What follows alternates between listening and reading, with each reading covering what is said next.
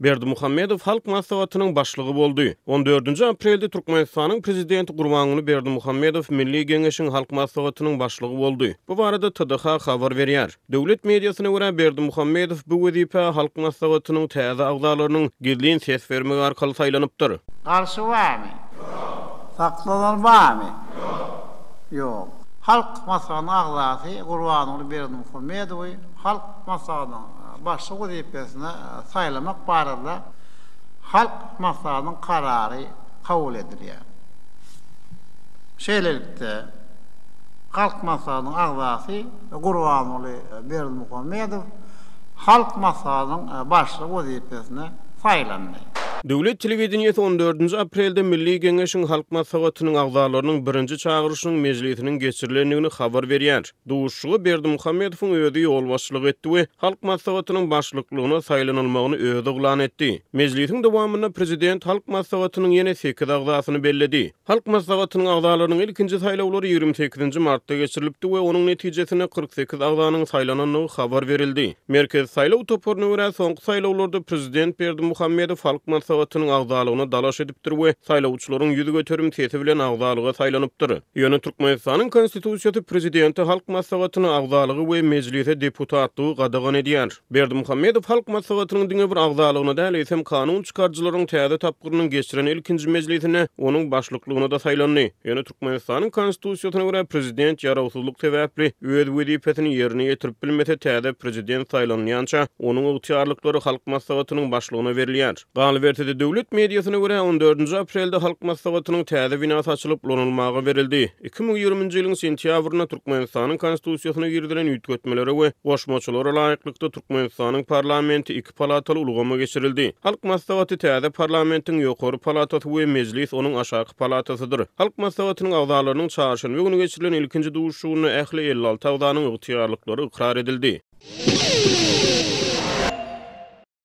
Türkmenistanyň prezidenti Gurbanuly Berdimuhammedow 14-nji aprelde Milli Geňeşiň halk maslahatynyň agzalarynyň birinji çağırışynyň mejlisiniň dowamında halk maslahatynyň ýagny parlamentiň ýokarky palatasynyň başlygy wezipesine saýlandy.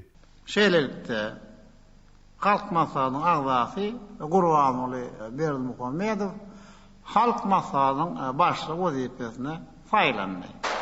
Ýöne Türkmenistanyň konstitusiýasy prezidenti halk maslahatyna agzalygy we mejlise deputatlygy gadagan edýär. Şol bir wagtda konstitusiýaga görä prezident ýarawsuzlyk sebäpli öz wezipesini ýerine ýetirip bilmese, täze prezident saýlanýança onuň ygtyýarlyklary halk maslahatynyň başlygyna berilýär. Biz Türkmenistanyň baş kanunyna çapraz gelýän bu soňky syýasy özgertmeler barada Azatlyk radiosynyň Merkez Aziýa boýunça bilermeni Türkmenistanyň syýasy durmuşyny ýakyndan izleýän ekspert Bruce Panyer bilen söhbetdeş boldyk. Bruce prezidentiň halk maslahatynyň başlygy wezipesine saýlanmagy baradaky habary nähil garşyladyňyz?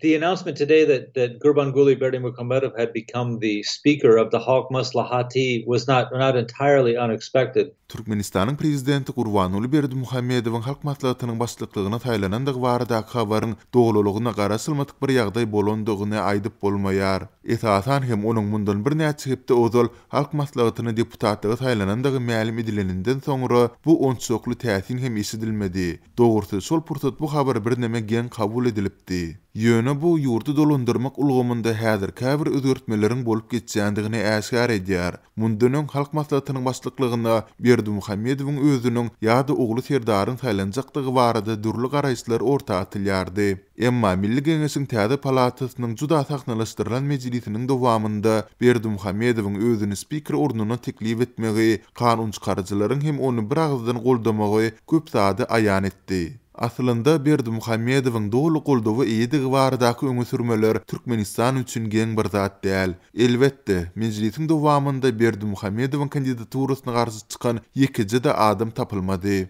Historically, for Turkmenistan, very common when the leader gets in front of the country, total approval.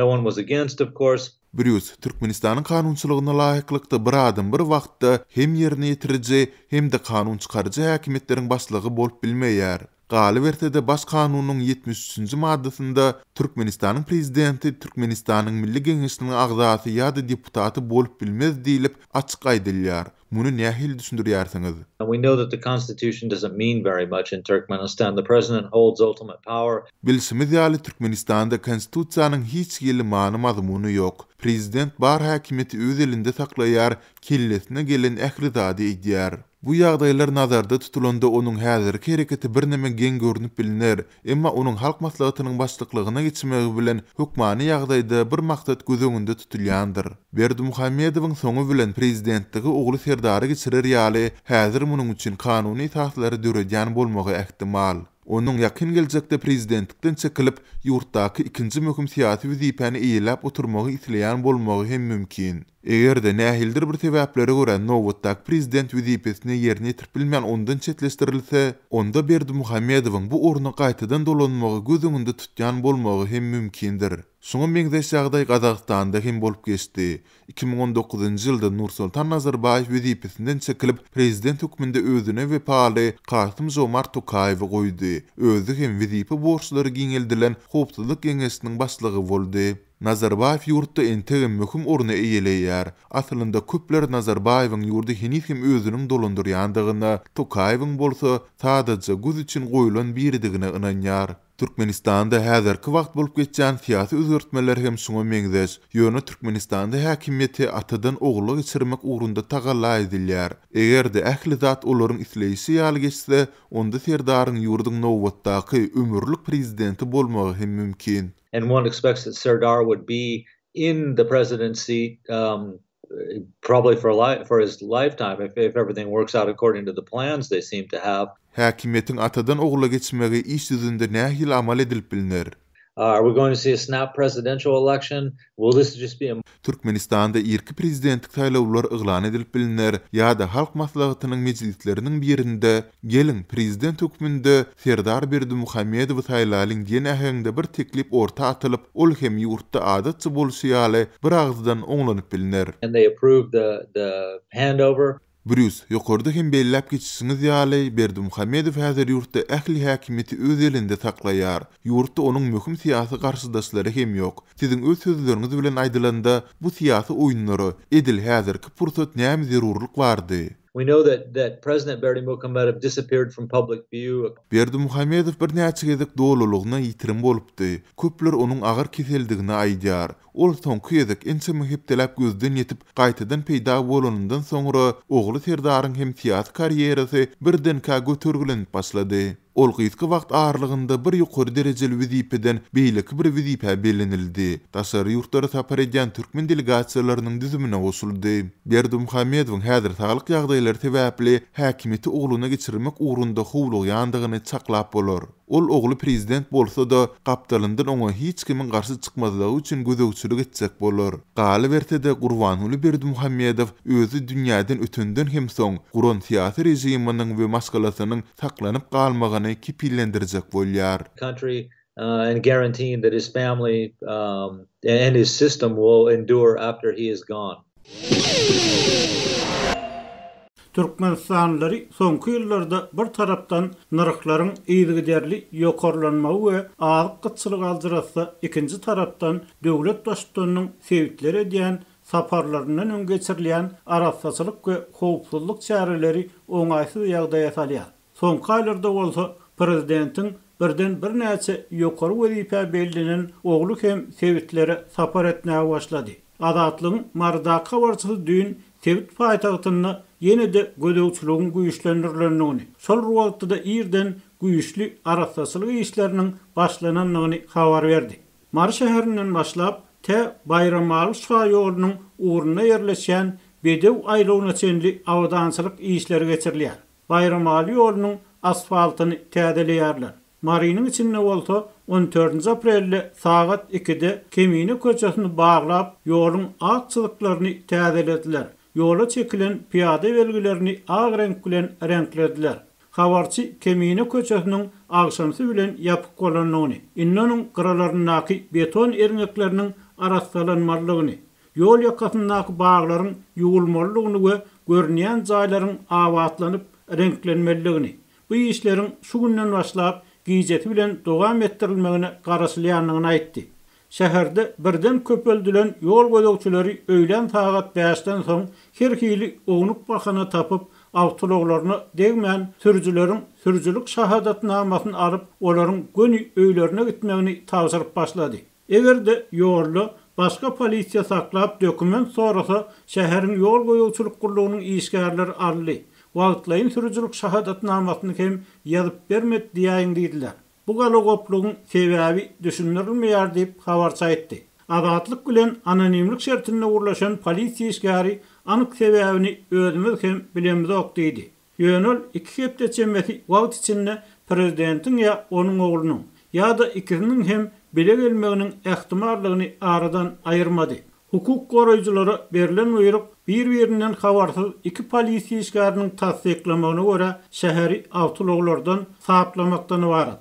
Şäheri awtologlardan saplamak tagallalary adatlygyň olal hem habar berýäri paýtagyt Aşgabatdan başlandy. Ýurtdaky işçileriň ýyl-ýyldan köpelmegi şäherlerdäki guruluşlary, daşary ýurtlary işe gidýän adamlar bilen bir hatarda öz awtologlaryny kire edýän adamlar hem köpeldi. Netijede olal sebitlerden gelýän awtologlaryň Aşgabata girmek mümkinçilikleri çäklendirilen bolsa, inni sebit paýtagtlaryny etraplardan, owa ýerlerinden gelýän awtologlardan saplamak meselesi töredi. Şäheri esasan etraplardan eklenç gözläp gelýänlerden, taksçylyk edýänlerden arassalamaly. Umuman bir ýere gelýän awtologlary azaltmaly. Bide berilen tawsyryk şeýle diýip polisiýa ofiseri azatlygyň habarçysyna aýtdy. Ýönebi marda güýçlendirilen gödegçiligiň piýadalardan soglup geçenligini asla aňlatmaýar. Aýdylmagyna görä, polisiýa işgärleri 14 aprelde köçeleriň geçmesi ýerlerinden geçýän adamlar saklap, olary 21 manatdan jerime ýazmagy hem ýygzamlatdylar. Ýol gödegçilerinden başga köçede milli howpsuzlyk işgärleri hem köpeldildi. Olar şäheriň çatyryklaryny 2-2den durup ellerindäki ara gatnaşyk gurarlar arkaly düzgün bolan, ýagny ögürlerini akçylygy basmak ýaly maýda çüýde ýalňyş goýuran sürüjüler hakyny polisiýa habar berdiler diýip habarça aýtdy. Azatlyk bilen anonimlik şertinde gurlaşan howpsuzlyk işgäri dogrymy aýtsam şu kärim bilen çatyrykda durup polisiýa kömekleşmäge utanýan idi. Ýönül häzir marifetine Aşgabatdan hem howpsuzlyk işgärleriniň gelip başlandygyny, özlerini hem günlerini goýmazokdyklaryny oýnardy. Azatlygyň habarçylary soňky döwürde Marynyň dilegçilik edýänlerden, köneşikli adamlardan saplanyş hakyny habar beripdiler. Ýöne 14 aprelde başlanan araşdyrmalar Aşgabatda döwlet başçylygynyň ýol başçylygyna geçirilen mejlisde Gurbanuly Berdimuhammedowyň halk maslahatynyň başlygy wezipesine saýlanan wagtyna gabat geldi.